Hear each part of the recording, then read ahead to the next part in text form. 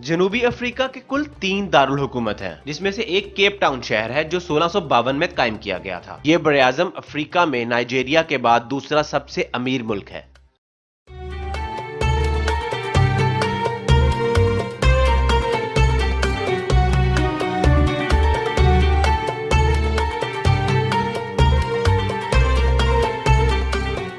मेरी तरफ से टूरिप टीवी देखने वाले और सुनने वाले सभी नाजरीन को अस्सलाम वालेकुम।